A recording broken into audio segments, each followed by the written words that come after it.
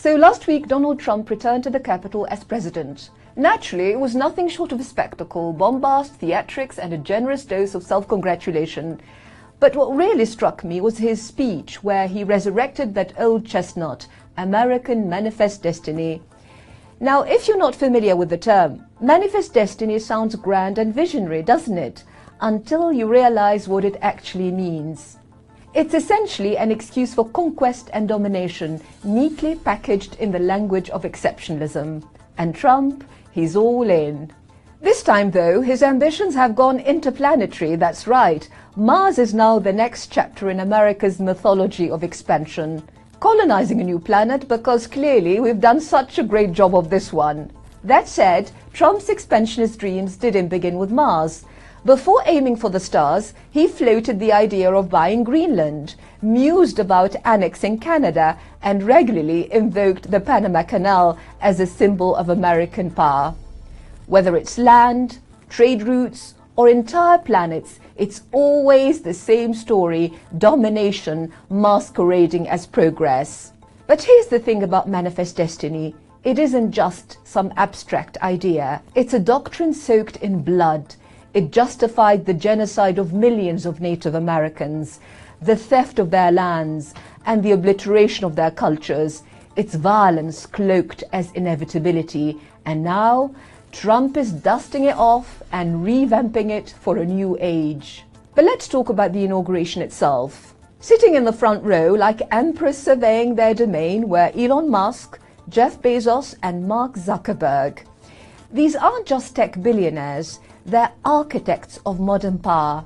Musk, for example, was worth a mere $2 billion in 2012. Today, $449 billion.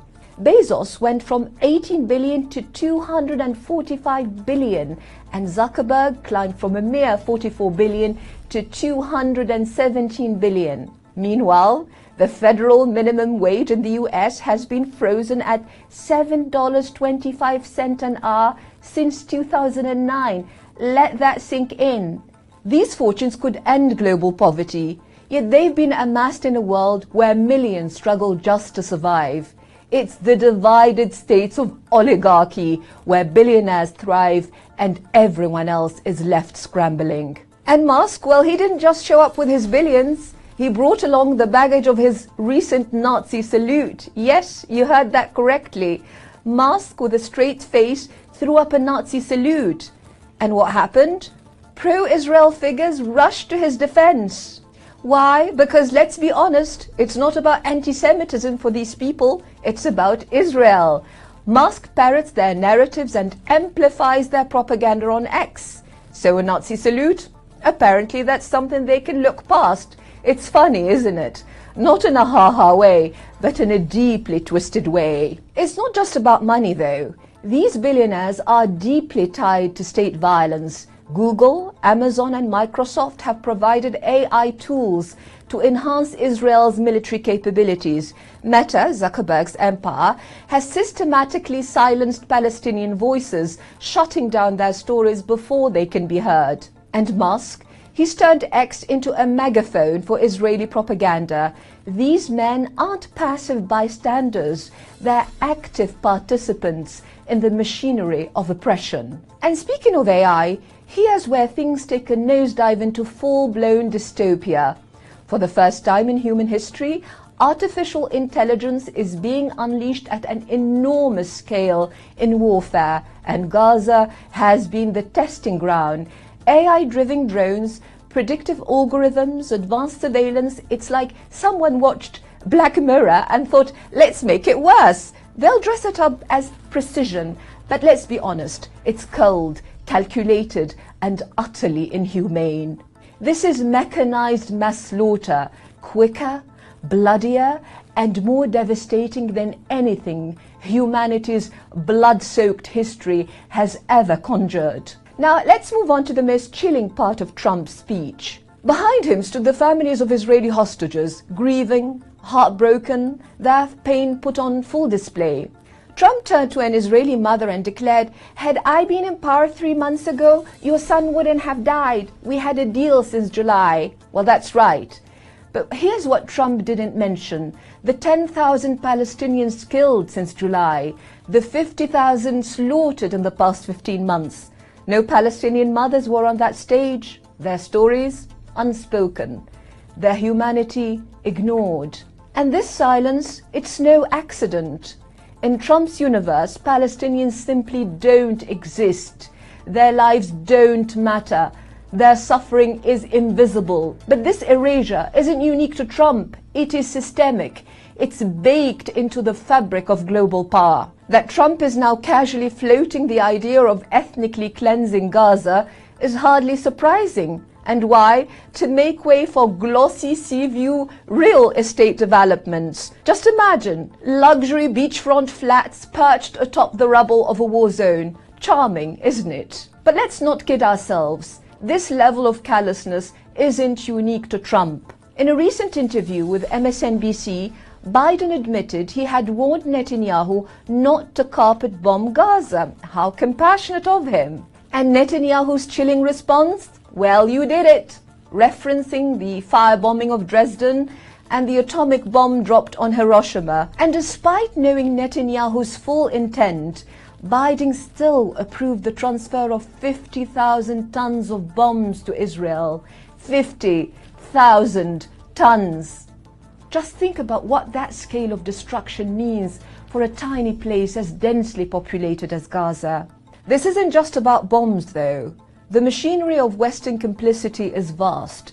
The weapons come from America and Germany. The intelligence comes from Britain. The political cover is crafted in Washington, London and Berlin. Take Keir Starmer, leader of the Labour Party.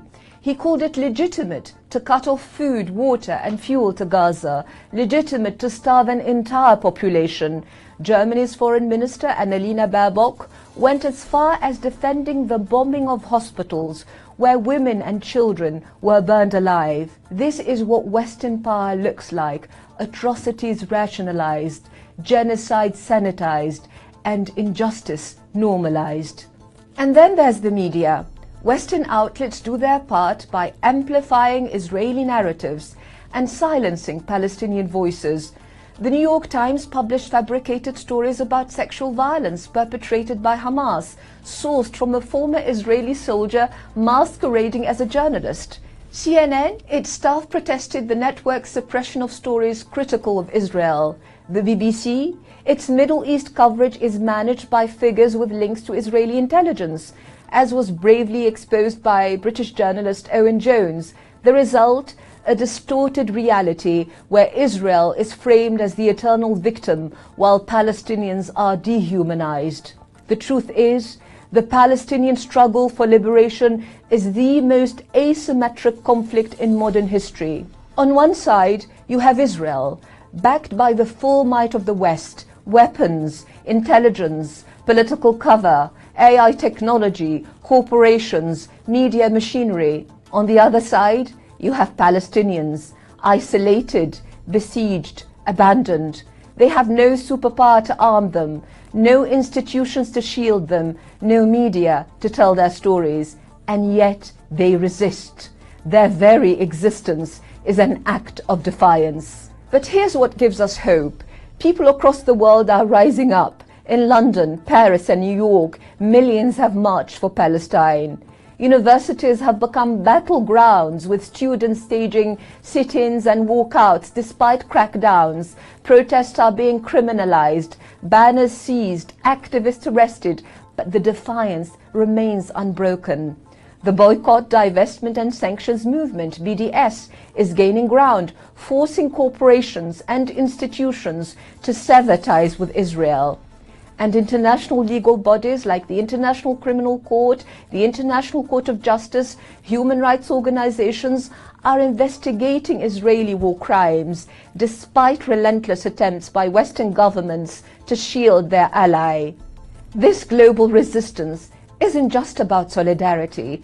It's vital to the fight for justice. Without it, the colossal power imbalance cannot be redressed.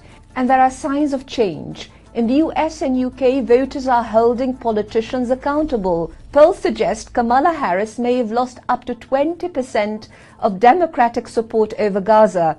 Many, such as the former US ambassador in Israel, no less, believe Joe Biden may be the last Zionist Democrat president in American history. This isn't just about Palestine. It's about all of us. It's a fight between ordinary people and a powerful global elite. It's a battle between dignity, justice and freedom on one side and supremacy, racism, inequality and colonialism on the other. At its heart lies Palestine, a symbol of resistance and hope. To stand with Palestine is to stand against oppression, to reject imperialism and to affirm the values of justice and humanity. The fight for Palestine is the fight for all of us, and it's far from over.